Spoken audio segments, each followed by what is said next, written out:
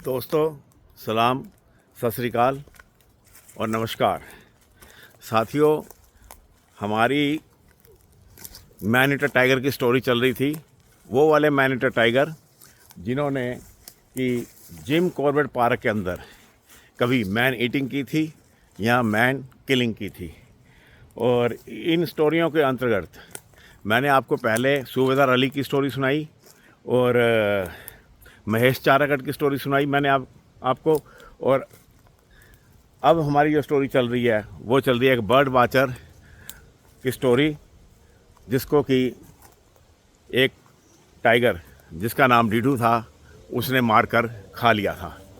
दोस्तों, जैसा कि मैंने आपको पहले बताया है कि 5 पार्टियों की 5 हाथियों के एक पार्टी 5 पालतू हाथी जो चले थे डिकाला से, और उनके ऊपर गनमैन थे और चारागढ़ थे, महावत थे और साथ में नोटियाल की अगुवाई में, क्योंकि नोटियाल वहाँ के रेंज ऑफिसर थे डिकाला के। और 2 हाथियों के ऊपर वो जो 2 हाथी थे, एक थी रंभा और एक थी चेतना, और उनका जो महावत था, एक का नाम था नज़ीर और दूसरे का नाम था कल्लू। इन सब की अगुवाई में ये सब हाथियों की पार्टी गेठिया राव पुल के ऊपर जाकर इकट्ठी हुई। और वहाँ पर इकट्ठे होने के बाद में आगे की तलाश शुरू करी गई हंट की।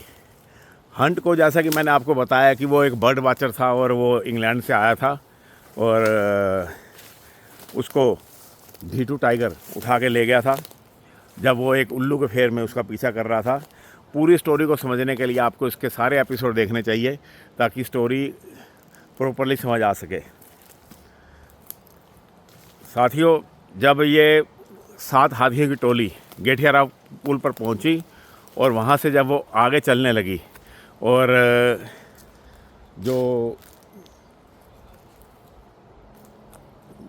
इनके साथ में जो 2 मिस्टर मंट और मिस्टर स्टीफन साथ थे, और एक गार्ड हरक सिंह वो भी उनके साथ चला उनकी अगुवाई में।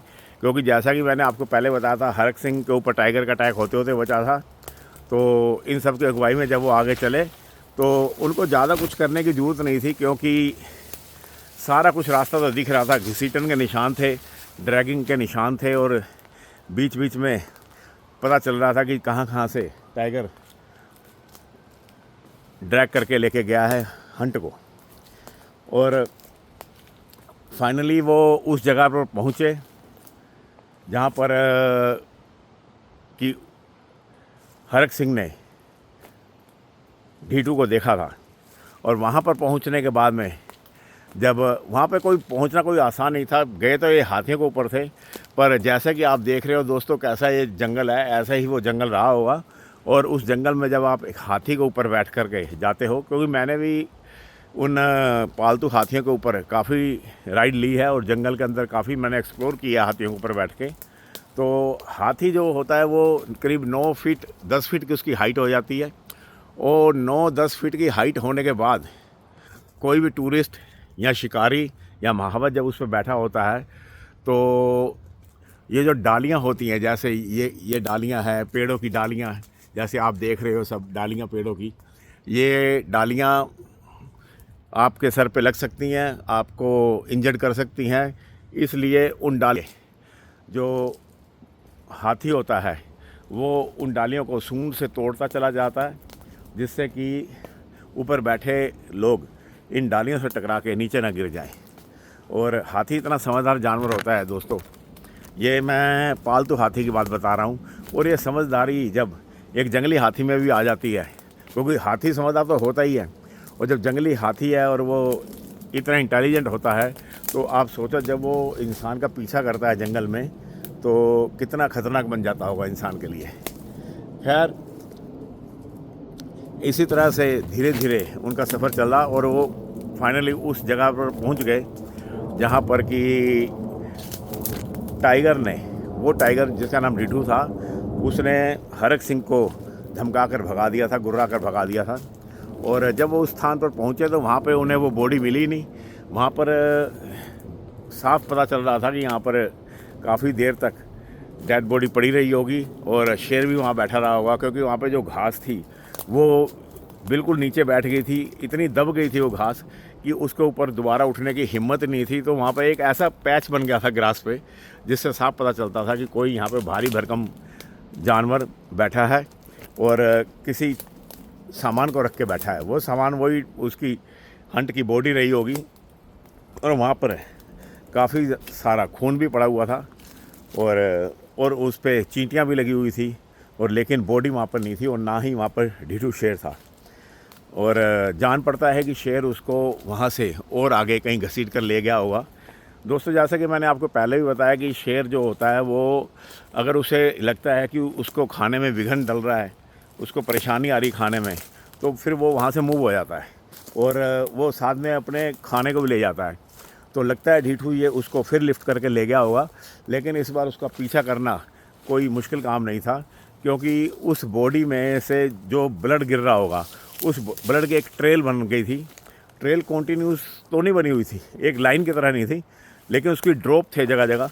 तो उसका वो पीछा करते हुए वो आगे बढ़ते गए और वहाँ से करीब 300 मीटर दूर एक नाला था, हल्का सा बहुत पतली जलधारा बह रही थी, और उसके किनारे पर ले जा कर के उसने ढीठू ने उसकी बॉडी रखी और उसको खाया होगा ज़रूर, क्योंकि उसको वक्त तो मिल गया था खाने के लिए।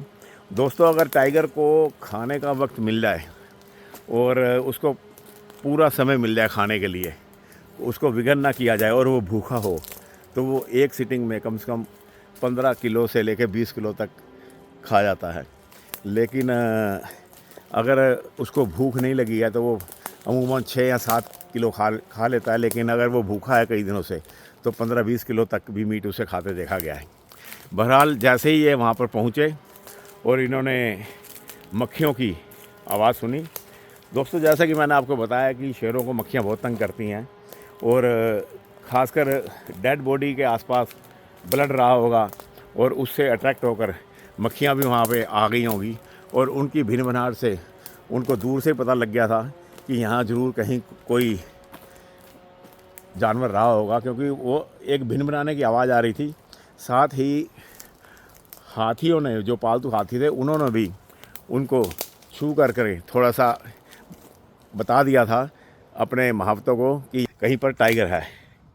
बहरहाल, जब वो वहाँ पर पहुँचे तो उन्होंने देखा कि वहाँ पर बॉडी औंधे मुँह पड़ी है। औंधे मुँह मीन्स कि वो पेट के बल पड़ी हुई है, उसका फेस नहीं दिख रहा। और वहाँ से एक शेर उठ करके गया और पास ही 2-3 फीट दूर जा कर के बैठ गया। और लेकिन वो 2-3 फीट दूर ही गया, उससे ज़्यादा दूर नहीं गया, और वहाँ जा कर के बैठ के और देखने लगा उन सब की तरफ। और शेर था ये, बड़ा ही ढीठू था, ढीठ था ये, ढीठू शेर था। और 5 हाथियों के ऊपर में 15-20 जने जब बैठे हुए थे, साथ में फॉरेस्ट गार्ड भी थे राइफलों के साथ में, और इतने जनों को देखकर भी वो विचलित नहीं हुआ वो शेर, और सिर्फ 2-3 फीट दूर जा कर के बैठ गया और हल्की हल्की ग्राउलिंग करने लगा। लेकिन ना तो उसने अटैक करा और ना कुछ, लेकिन वो बैठा बस ग्राउलिंग, हल्की सी ग्राउलिंग करी उसने मुंह के अंदर ही, और उनकी तरफ देखता रहा। और साधारणतः जो एक आम शेर होता है वो इतने जनों को देख करके डिस्टर्ब होकर के वहाँ से चला जाता है, लेकिन ये शेर था ढीठू, जो पूरा ढीठ था, और इसको ढीठ करने में इंसान का ही हाथ था। वो कोई जन्म से ढीठ नहीं था। हाँ, जन्म से उसने इंसानों को देखा था, और क्योंकि उसका जन्म ही जिम कॉर्बेट पार्क के अंदर हुआ था, और उसका जिम कॉर्बेट पार्क के अंदर भी उस इलाके में हुआ था जहाँ पर टूरिस्ट आते जाते थे। तो बचपन से ही वो टूरिस्टों को देखता रहा था, तो उसको आदत हो गई थी इंसानों को देखने के लिए। और दूसरा, उसको चारा खिलाया जाता था, बकरा बांध करके या भैंस का पड्डा बांध करके उसको बुलाया जाता था, और ताकि वीआईपी लोग उसको देख सके। इन सब की वजह से वो ढीठ हो गया था और वो इतने जनों को देखकर भी गया नहीं। फाइनली जो नोटियाल थे उन्होंने ऑर्डर करा, और सब गार्ड ने एक साथ हवाई फायर किया। जब हवाई फायर किया तो वो जो शेर था फिर उठ कर के दूर चला गया। और जब वो उठ कर दूर गया तो 3 हाथी तो वहीं डेड बॉडी के पास खड़े रहे, और बाकी के जो 4 हाथी थे वो उन्होंने उस ढीठू का पीछा किया और उसको कम से कम 100 मीटर दूर तक खदेड़ कर आए। और 100 मीटर दूर तक खदेड़ने के बाद में वो हाथी वापस आए, और वापस आने के बाद में उन्होंने उस हंट की बॉडी के चारों तरफ जो नीचे पड़ी हुई थी उसके चारों तरफ एक घेरा बनाया, उसको चारों तरफ से घेर लिया। और उसको घेरने के बाद में खुद हीरा सिंह जो कि खिनानौली के रेंज ऑफिसर थे वो और 4 चाराकट 5 जने नीचे उतरे। और नीचे उतरने के बाद में उन्होंने एक हथनी के ऊपर में उसकी बॉडी को रखा, और नीचे उतरने में उन्हें पूरा खतरा था क्योंकि ढीठू आ सकता था वापस। वैसे तो ढीठू को 100 मीटर दूर खदेड़ दिया गया था, लेकिन चारों तरफ पालतू हथनियों का पहरा होने से वो सेफ थे। बहरहाल अगर वो चाहते तो ढीठू को वहीं गोली से मार सकते थे, लेकिन ऐसे टाइगर को मारा नहीं जाता क्योंकि वो रिजर्व फॉरेस्ट है और टाइगर एक प्रोटेक्ट एनिमल है। और जब तक उसको डिक्लेयर ना कर दिया जाए मैन ईटर तब तक आप उसको मार नहीं सकते। और इस टाइगर ने जो मैन किलिंग करी थी, जो हंट को मारा था, वो उनकी गलती की वजह से मारा था। वो ही उनके इलाके के अंदर चला गया था उल्लू का पीछा करते हुए, जबकि उसको ऐसे नहीं करना चाहिए था। बहरहाल उन्होंने उसकी बॉडी को बरामद किया, और बरामद करने के बाद में वे लोग वापस ढिकाला की तरफ लौट पड़े। और ढिकाला की तरफ जब वो आए तो उन्होंने उसकी बॉडी को वहाँ से नीचे उतारा, और जब उसका इंस्पेक्शन करा गया तो उसके जो चेहरा था उस पर शेर ने पंजा मारा था, तो उस पर चेहरा विकृत हो गया था, उसकी शेप ख़राब हो गई थी। और जो फीमर थी, लेफ़्ट साइड की फीमर की हड्डी वो टूटी हुई थी, और उसकी बैकबोन भी सारी बुरी तरह से टूटी हुई थी जगह जगह से, और पूरा शरीर खरोंचों से भरा हुआ था, और कपड़ा नाम की कोई चीज़ नहीं थी, इसलिए उसको उसकी बॉडी के ऊपर चादर से ढका गया उसको। और एक जो उसकी राइट साइड की जो उसकी टांग थी उसको उसने खाया था, और थोड़ा सा हिप से भी उसने उसका जो मांस था वो खा लिया था, क्योंकि उसको थोड़ा वक्त मिल गया था, लेकिन वो जल्दी वहाँ पे पहुँच गए थे। अगर उनको और ज़्यादा वक्त मिलता तो ज़रूर वो पूरी की पूरी बॉडी को खा लेता है। बहरहाल उन्होंने उसकी बॉडी को ऐसे बरामद करके और उसी मैटाडोर से जिससे वो आए थे उसको रवाना कर दिया दिल्ली की तरफ। और दोस्तों, मेरे को नहीं पता उसके बाद क्या हुआ क्या नहीं हुआ, उसकी बॉडी इंग्लैंड भेजी गई या वहीं रही, ये मेरे को मालूम नहीं है, लेकिन इस तरह से उसकी बॉडी को रिकवर करके दिल्ली भेज दिया गया। कहाँ भेजा गया इसका मेरे को कोई आइडिया नहीं है।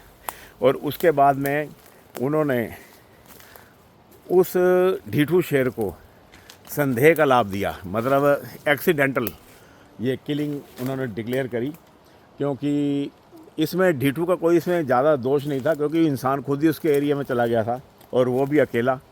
और अगर दोस्तों आप किसी भी जंगल में ऐसे जाते हो और कोई भी शेर, अगर आप उसके बिल्कुल रिस्पेक्टेबल, एक शेर के साथ में एक बड़ी प्रॉब्लम ये है साथियों कि अगर आप एक रिस्पेक्टफुल डिस्टेंस को छोड़ देते हो शेर के साथ में, तो शेर अवश्य अटैक कर देगा आपके ऊपर।